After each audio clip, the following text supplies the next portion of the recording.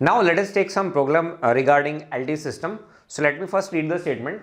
The output of an LTI system in response to an input x of t is equal to exponential minus 2t ut is y of t is equal to exponential minus t ut. Find the frequency response and impulse response of the system. बहुत ही बढ़िया question है। आपके exam में भी इस तरह question पहले आ चुके हैं और फ्यूचर में भी आने की संभावना है।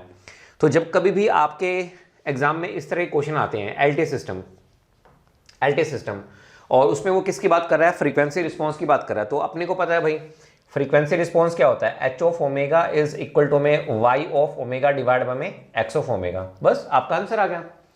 तो बताओ इनपुट गिवन है, बहुत बढ़िया, आउटपुट गिवन है, बहुत बढ़िया। देखिए एक्स ऑफ टी अपने को क्या गिवन है, ई की power minus 2t ut given है। तो बताओ एक्स ऑफ ओमेगा किसके इक्वल आएगा, 1 डिवाइड बाय में 2 प्लस जी ओमेगा, ठीक है।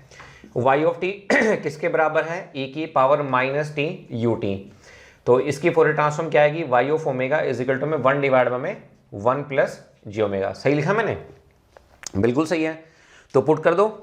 तो y ऑफ ओमेगा की वैल्यू कितनी होगी, 1 बाय में 1 प्लस जे ओमेगा और ये आपके पास कितना आ गया, 2 प्लस जी ओमेगा। बताइए पूरी क्लास में किसी भी स्टूडेंट को कोई भी डाउट यहाँ पे, सही है।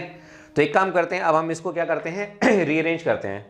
तो अगर हम इसको यहाँ पे रीअरेंज करेंगे, so can I right like this, this is 1 plus में जे ओमेगा डिवाइड बाय में 1 प्लस जे ओमेगा।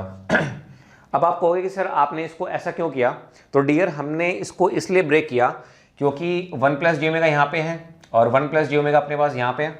तो इसको हम ऐसे लिख सकते हैं 1 डिवाइड बाय में 1 प्लस जे ओमेगा प्लस में 1 plus J omega divide by में 1 प्लस जे ओमेगा। इससे ये कैंसिल आउट हो गया, तो आपके पास कितना आ गया, 1 आ गया। तो ये आपके पास क्या हो गया, H of omega. So H of omega is equal to 1 divide by में 1 प्लस जे ओमेगा प्लस में 1। बताइए पूरी क्लास में किसी भी स्टूडेंट को कोई भी डाउट, बस आंसर आ गया।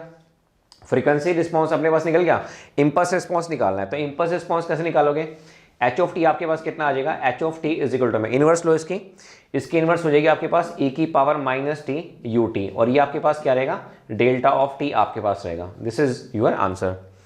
तो देखो कितने कम टाइम में हम क्वेश्चन को सोल्व कर देते हैं। तो एक बार बस आपकी प्रैक्टिस होनी चाहिए। तो जब आपकी प्रैक्टिस हो जाएगी ना उसके बाद खेलो यार आराम से, जो है क्वेश्चन को सोल्व करना कोई बड़ी बात नहीं है।